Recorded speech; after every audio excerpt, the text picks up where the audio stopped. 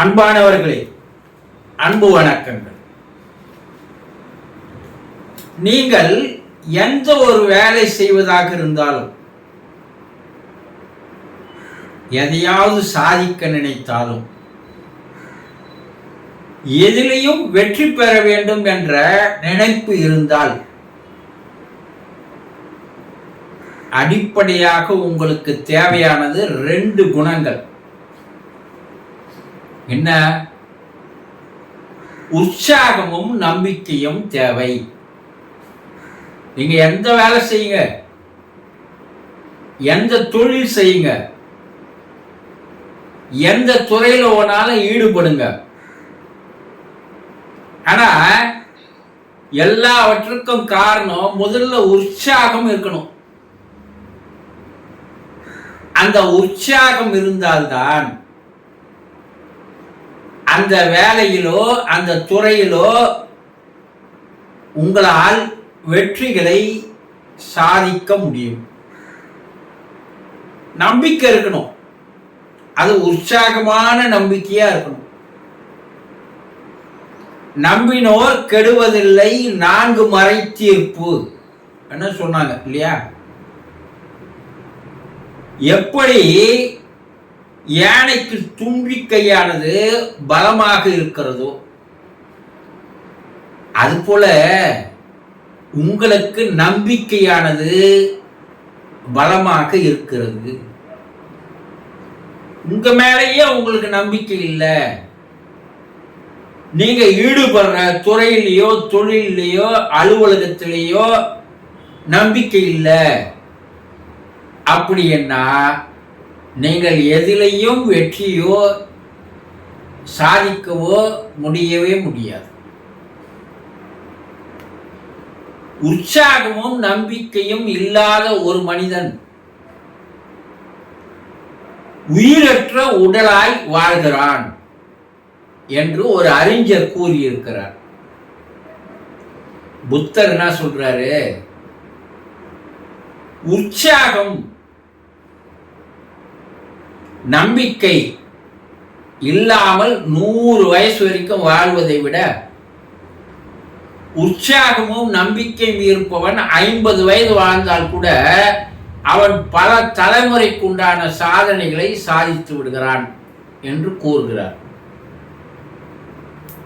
இப்ப எந்த துறையில ஈடுபடுங்க, உங்களுக்குள்ள ஒரு உற்சாக மனப்பான்மை இருந்ததுன்னு வச்சுங்க, அது உங்களை சுற்றி இருக்கிற எல்லோரையும் போய் தொற்றிக்கொள்ளும். அவங்கெல்லாம் கூட உற்சாகமாக மாறி விடுவார்கள். நம்மளுடைய மனோபாவம் எப்படி இருக்கிறதோ அந்த மனோபாவத்தினுடைய அலைவரிசைகள் ஃப்ரீக்குவன்சி நம்மளை சுற்றி இருப்பவர்களை கூட சென்று சேர்ந்து விடும். அப்போ நீங்க சோம்பலா இருந்தீங்கன்னா அந்த மனோபாவத்தினுடைய அதிர்வலைகளும் உங்களை சுற்றி இருப்பவர்களை சோம்பல்தனம் கொண்டவர்களாக மாறிடும். இந்த உற்சாகம் இல்லாதவங்கிட்ட மன வலிமை இருக்காது, மன தைரியம் இருக்காது, மன சிதைவு என்ற ஒரு நோய் இருக்கும். மனமானது அதிக அளவில் பாதிக்கப்படும். இந்த உற்சாகம் இல்லாதவங்க கிட்ட பயம் இருக்கும்.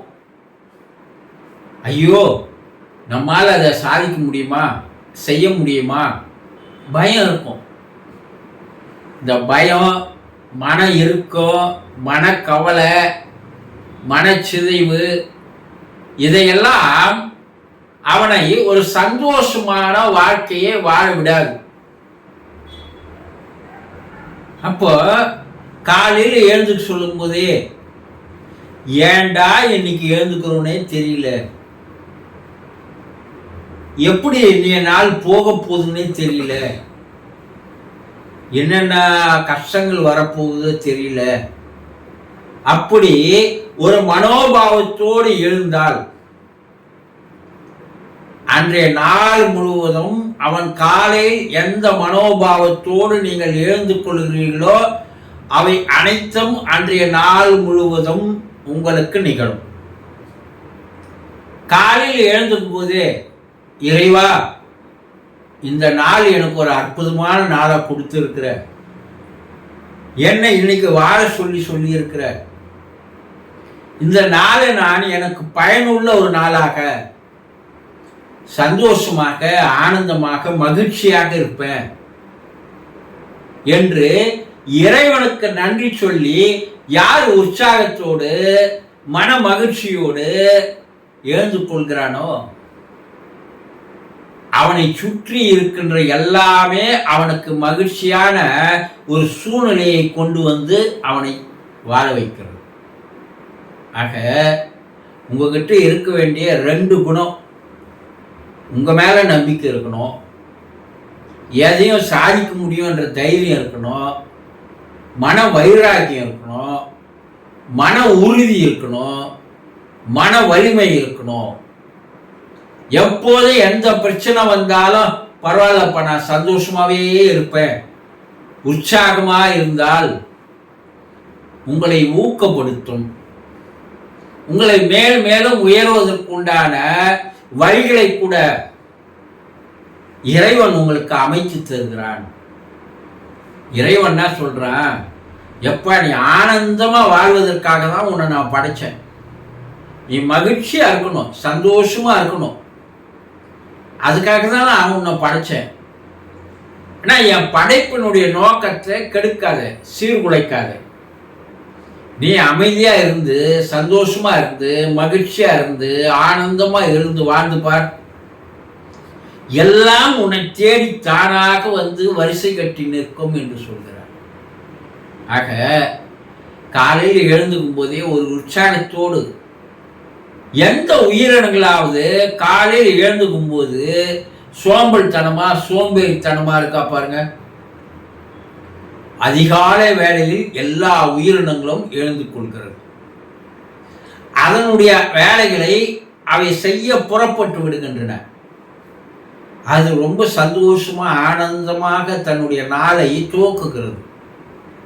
மனுஷன் மட்டும்தான் 8 வரைக்கும் தூங்கலாமா, 9 வரைக்கும் தூங்கலாமா அனு ஒரு ஊக்கம் இல்லாமல், உற்சாகம் இல்லாமல் சோம்பல்தனத்தோடு வாழ்கிறான்.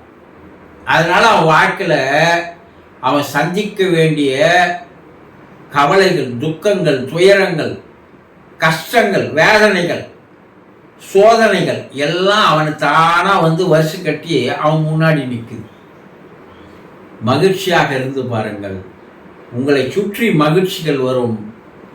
நீங்கள் யாரை பார்த்தாலும் அவங்க உங்களை பார்த்ததும் மகிழ்ச்சியாக மாறிவிடுவார்கள். ஆக உற்சாகத்தோடும் நம்பிக்கையோடும் வாழ்வதுதான் நல்ல வாழ்க்கைக்கான அறிகுறி என்பதை புரிந்து கொள்ளுங்கள். சந்தோஷம்.